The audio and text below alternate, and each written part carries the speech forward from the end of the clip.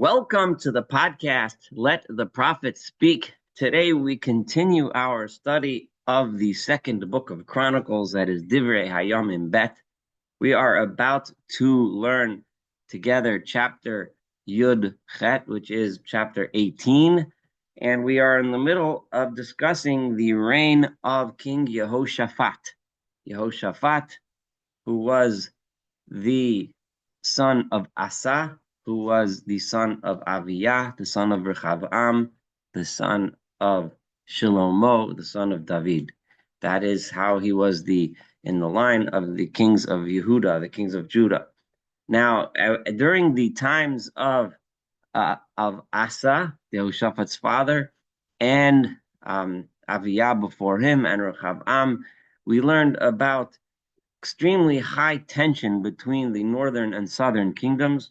The kingdom of Israel, after it split off after the death of Shlomo into two kingdoms, we learned of civil war between the two. And in the last chapter 17, we learned how Yehoshaphat strengthened the land of Yehuda, built fortresses. We learned how his father Asa even conquered cities from the northern territories, which were incorporated, and as far as we know, are still incorporated into the southern kingdom of Yehuda. Now that Yehoshaphat was strong and powerful, his northern neighbor, was the kingdom of Israel, was being led by the famous or infamous King Ahab, who was, while he was religiously a tremendous problem, to say the least, leading the northern kingdom down into the depth of paganism and idol worship, and he was corrupt, as we saw from the story of Navot. This goes to the Book of Kings. I recommend going back to that there, where the Book of Kings concentrates much more on the northern kingdom. The second Book of Chronicles does not concentrate much on the northern kingdom. But Ahab and Yehoshaphat were both very powerful politically. Ahab had built up the northern kingdom significantly, and militarily and politically built them up a lot. It's important to note that during this brief period in history, it was a time when the smaller kingdoms throughout the Middle East were strengthening themselves and were more powerful. It was a time of significant turmoil in the only large power of the time, which was Egypt. It was a time before Assyria became ascendant as the mega power of the Middle East. So there was no significant large presence from the other powers. So the smaller kings, such as the kings of northern Israel and the kings of Judah, were able to strengthen themselves and build mightier empires, would not be the right word, but mightier kingdoms. And the stirrings of what was to be were starting to stir up in the north, in the area of Syria, where the kingdom of Aram existed, and the kingdom of Aram was the main antagonist to Ahab. So it made sense for there to be.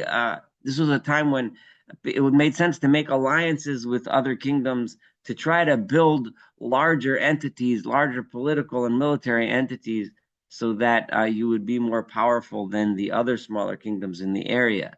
So now that Yehoshaphat, as we learned in the last chapter, built himself up and had a nice, strong, steady, stable kingdom, it made sense to attempt to reunite the northern kingdom.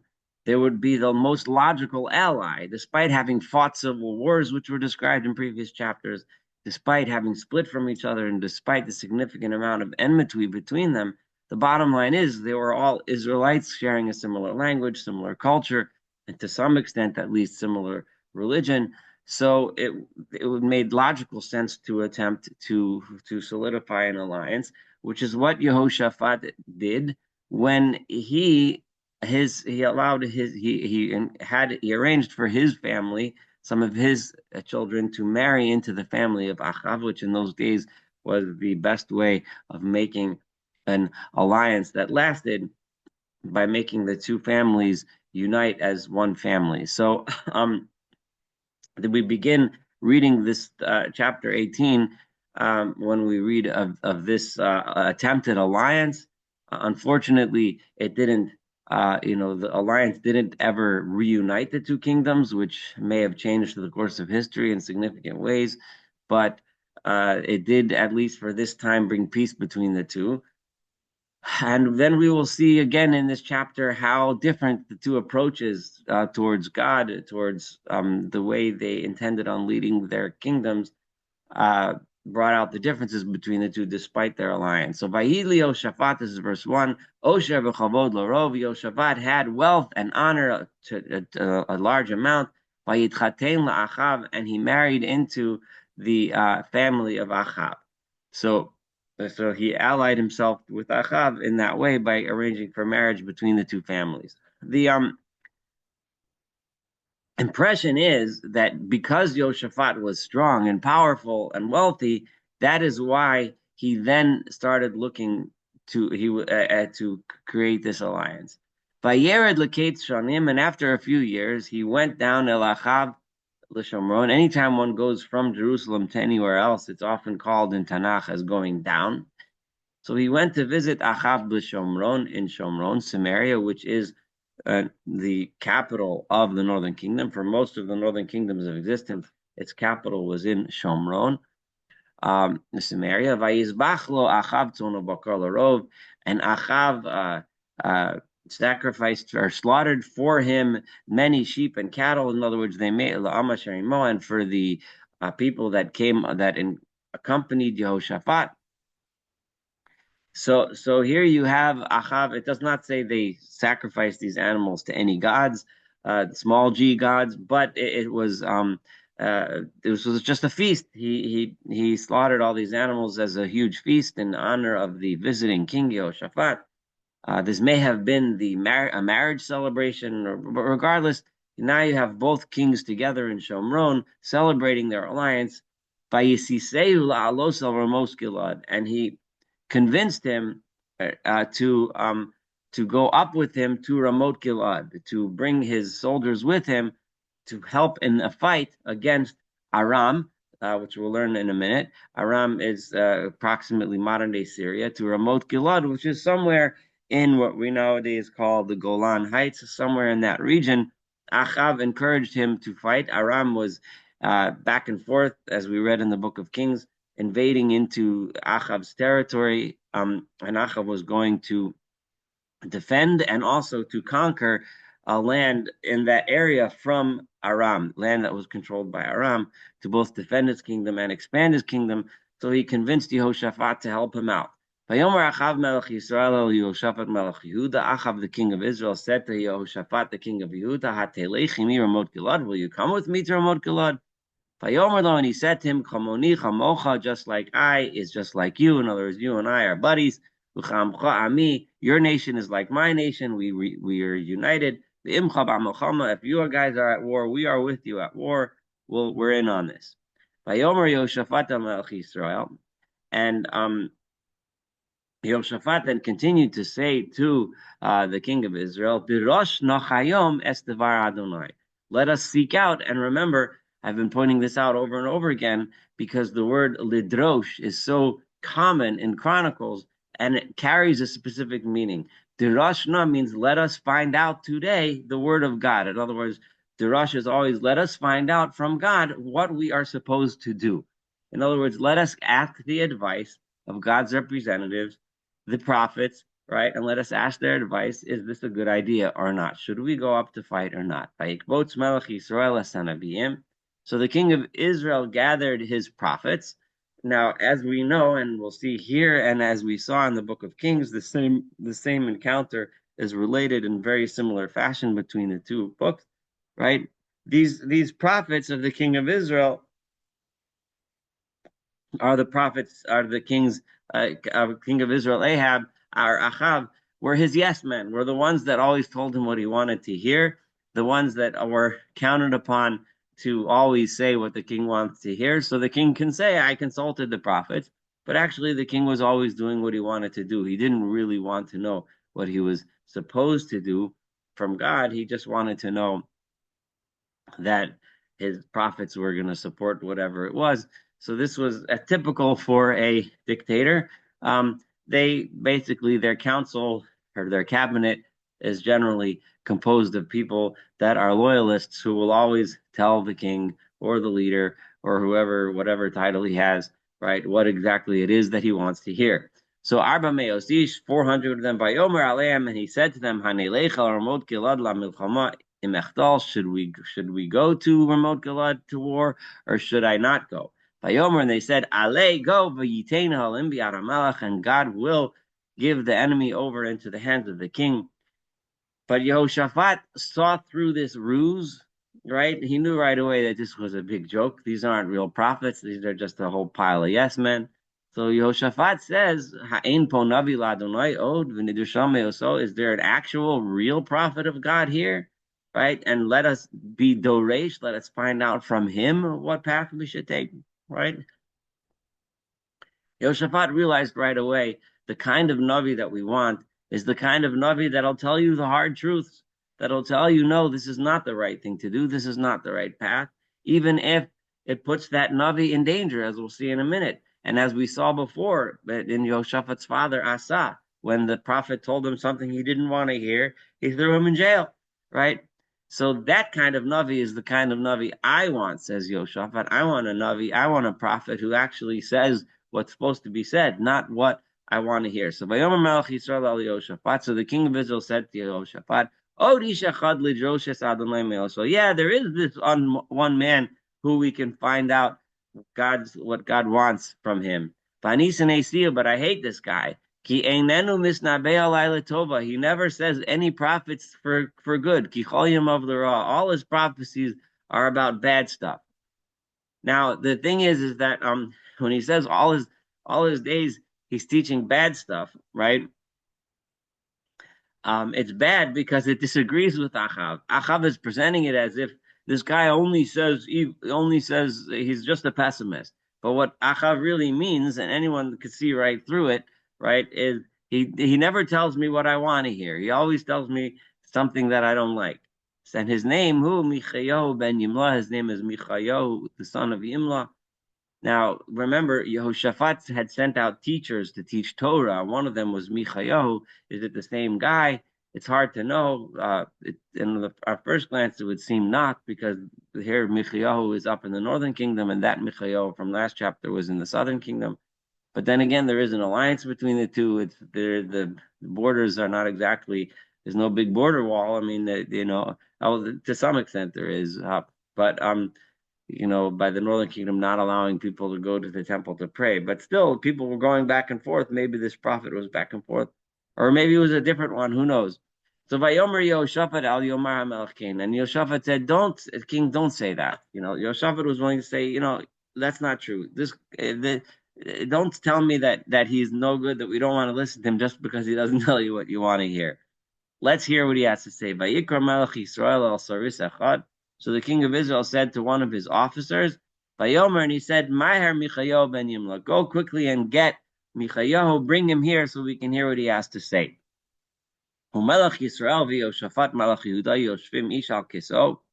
So the king of Israel and Yehoshaphat, the king of Yehuda, here the chronicler is painting a scene. Yoshvim, each one is sitting on their special throne.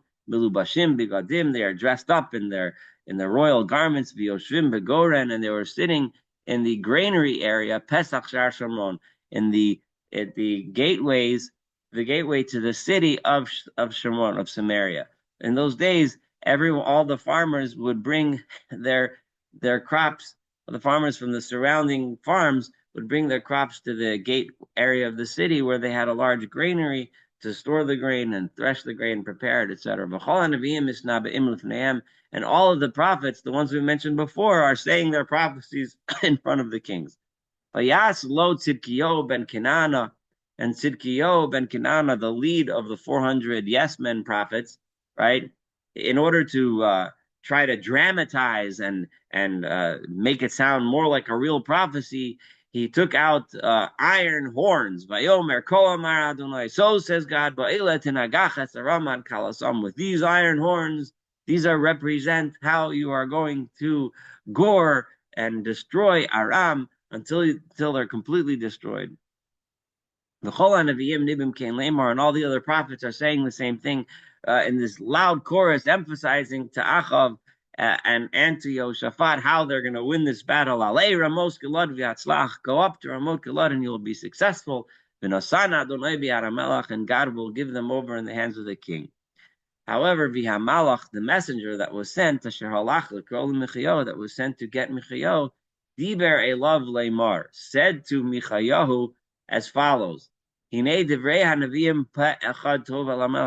all the prophets are saying good things to the king. Let me give you advice. If you want to save your skin, just prophecy like the others. Don't be an idiot and be the one guy who says the truth, right? V'dibarta tov, say something good. Don't be the party pooper. Vayomer Michayo, he was giving him advice. We don't need drama. We don't need any prophets going to jail or worse, right? Just say what he wants to hear and let's be done with this. So Vayomer Michayo, and Michayo said, you have to understand, my friend, a true prophet has to say the truth, no matter what the consequences. That's the job of the prophet, no matter how difficult it is. Chai Adonai, by the life of, this is a saying which we find often literally translates to by the life of God, I'm making this shavua. In other words, as God lives, or otherwise, we're saying that I'm representing an actual true God, right? I can't just say what I want to say or what people want to hear. That which God tells me, that is what I will speak. I have to speak the truth, and that's my job. That's what I'm going to do. He came to the king, and the king said to him, presumably this is the king Achav, right? Not the king Yehoshaphat, but who knows? Micha, he says, Micha, that's a shortened version of his name. Shall we go? In other words, we go together to Ramot Gilad, or shall I back off? Vayomer, and he said, Alu v'yitzlichu, v'yinasnu b'yadchem, go and you'll be successful, and they'll be put in their hands. And he said this clearly, and you'll see how we know this from the next verse, in a sarcastic way. Yeah, sure, go. Yeah, go. Have fun. And the king said to him, how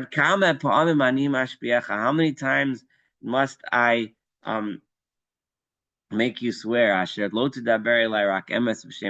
you're only going to speak to me the truth? What does God really say? I know you're joking around with me. I know you're playing games with me. Tell me what God really says. Vayomer, and he said as follows to the king Achav: you want to know the truth? This is the truth. I've seen all of Israel spread out on the mountains, like sheep that have no leader. In other words, I see the Israelite soldiers running around, but there is no leader. And God is saying they don't have a master. Which is another way of saying the king, you, Achav, will be killed in battle. Yashuvu ish leveso v'shalom. They don't have a leader, let everyone just go home in peace. In other words, there won't necessarily be a massive loss of soldiers, but the king, in other words, you, will be killed if you go up to battle. This is what I see. Vayomer melech Yisrael el Yehoshaphat, and the king of Israel said to Yehoshaphat, Talo amarti elecha, so he says to Yehoshaphat, didn't I tell you? He always says bad stuff, you see? He never says anything good. I don't want to listen to this guy. Vayomer. And he said, this is the prophet speaking, therefore, right? Therefore, listen to the word of God. I saw God sitting on his throne, and all of the hosts of the heavens are on God's right and left. And God is saying, who will convince? And this language of fateh, of pitoy, is who will seduce or entice. Like fateh is not just convince, but like wave a candy in front of a kid or a rabbit in front of a greyhound, right? Who will entice Achav Melech Yisrael, Ahab, the king of Israel, Vial, so that he should go up to war, V'yipol b'Ramot Gilad, and then die in battle in Ramot Gilad? Who's going to convince him to do it? Vayomer, Zomer Kachav, Zomer Kachav. All the hosts of the heavens were saying, I'll convince him this way, I'll convince him that way. Vayetzei HaRuach, and the wind came, Vayamod Lifnei Adonai, and stood before God. A ruach could also mean a spirit of sorts. So something came and stood before God. Vayomer ani afatenu, I will convince him. Vayomer Adonai love Bama, and God says to him, how will I convince him? This is actually ingenious what Micha is doing here. He's mocking and making fun of all of these prophets, and that's prophets in quotation marks, supposed prophets, these false prophets. Vayomer, he says, I will bring falsehood. I will bring misinformation. I will bring what we would call today fake news, right? I will come down there and spread sheker, spread falsehood, spread lies among the people, the fichol neviyav, among all of his supposed prophets. All of these people walking around pretending that they're prophets of God. I'm going to spread sheker among them, Vayomer tifateh v'gam tuchol tzeva seikain, so that they should all say to him, go and you will be successful and you will win, and this is what you should do. Sheker, falseness, lies. That's what all these people are doing. None of them are giving true advice. None of them are saying the truth. They are all giving you false advice. The way I'm going to convince the king to do something stupid is by sheker, by spreading falseness amongst his advisors. By Yigash Tzidkiyahu ben Kenana, and Tzidkiyahu, the king of Canaan, I'm sorry, Tzidkiyahu, not the king.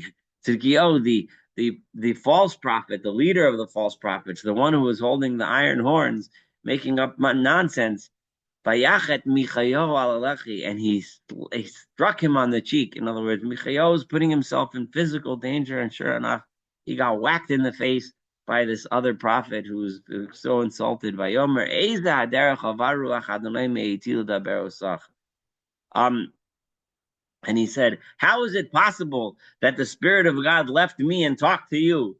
The Spirit of God talked to me, right? Tzidkiyahu says, which is a bunch of baloney, but that's what he says. Vayomer Michayahu. So Michayahu said, I'll tell you, you know what? You think you're going to claim that God speaks to you and not to me? In Charoah Bayomahu, you're going to see on the day when it happens, Asher Tavo Cheder B'Cheder Leichaveh.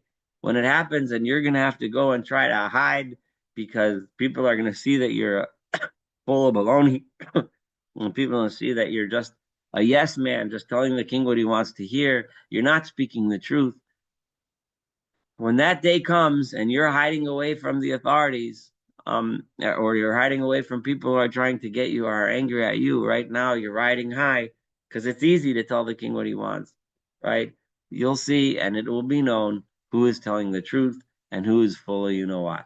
Vayomer Melech Yisrael Kechuas Michayahu, and the king of Israel said, take Michayahu v'hashivu al Amon Sara'ir, and give him over to Ammon, who is the mayor of the city of Shomron. You know, there was the national government, which was the king, but there was a mayor of the city, Vel Yoash ben Amelach, and give him to Yoash, who is the son of the king.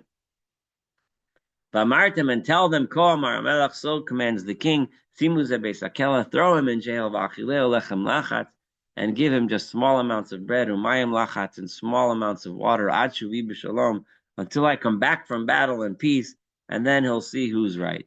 So Michayahu took the risk and had to suffer the consequences, and was then thrown in jail and had to survive on meager rations.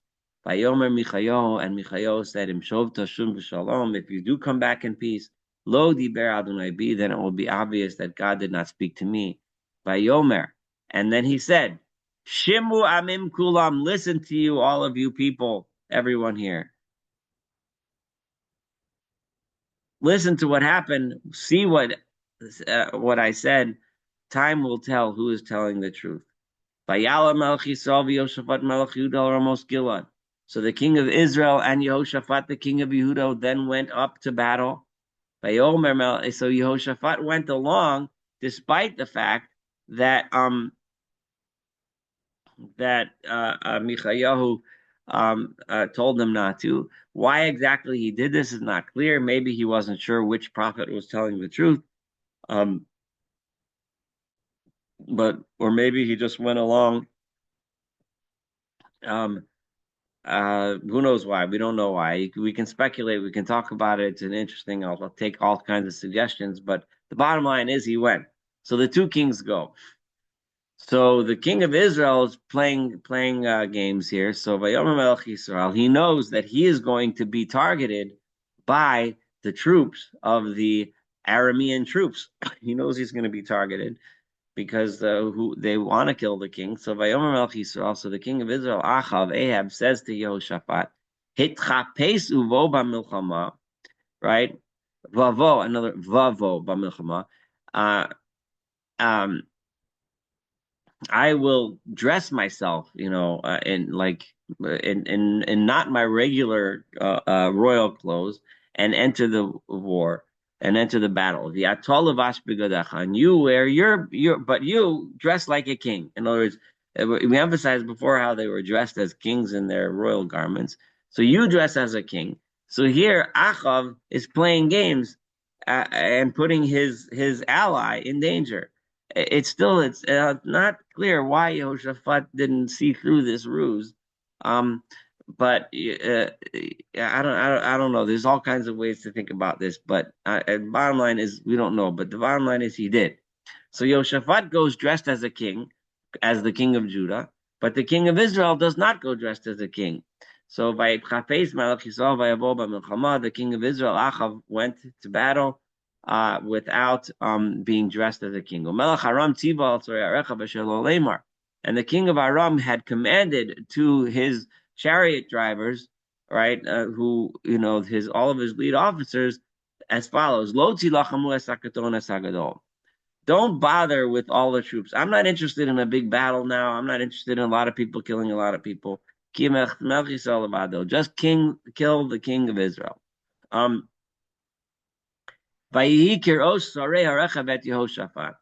so when the chariot drivers saw Yehoshaphat coming to battle, so Vehema Amru Melech Yisraelu, they say, "Oh, look, there's the king. He's the one dressed up." Vayasobo Lovely Lachem. So they attacked.